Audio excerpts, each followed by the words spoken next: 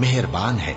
और इनको इब्राहिम का हाल पढ़कर सुना दो जब उन्होंने अपने बाप और अपनी कौम के लोगों से कहा कि तुम किस चीज को पूजते हो।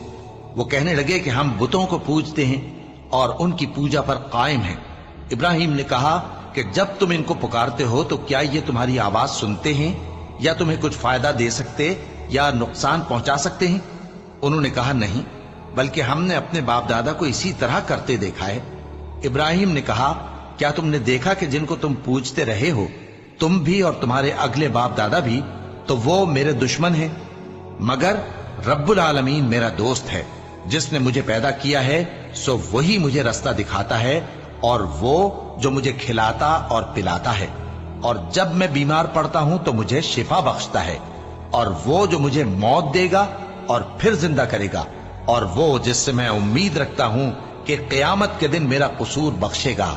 ए परवरदिगार, मुझे इल्म दानिश अता फरमा और नेकूकारों में शामिल फरमा, और बाद वाले लोगों में मेरा जिक्र नेक बाकी रखियो, और मुझे नेमत की बहिश्त के वारिसों में शामिल कीजो, और मेरे बाप को बख्श दे कि वो गुमराहों में से है, और जिस दिन लोग उठा खड़े किए जाएंगे मुझे रुस्वा न कीजो, जिस दिन न माल ही कुछ फायदा दे सकेगा और न बेटे।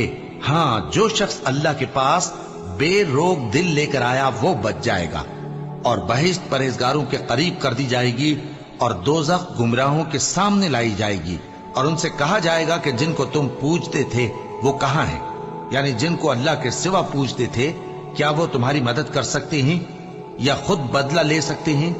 तो वो खुद और गुमराह यानी बुत और बुत परस्त औंधे मुंह दोज़ख में डाल दिए जाएंगे। और शैतान के लश्कर सब के सब दाखिल जहन्नम होंगे।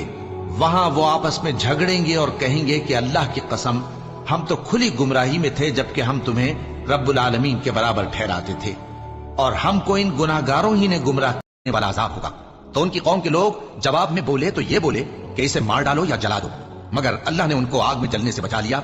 जो लोग ईमान रखते हैं उनके लिए इसमें निशानियां हैं। और इब्राहिम ने कहा कि तुम जो अल्लाह को छोड़कर बुतों को ले बैठे हो तो दुनिया की जिंदगी में बाहम दोस्ती के लिए, मगर फिर क़यामत के दिन एक दूसरे की दोस्ती से इनकार कर दोगे और एक दूसरे पर लानत भेजोगे, और तुम्हारा ठिकाना दोज़ख होगा और कोई तुम्हारा मददगार न होगा।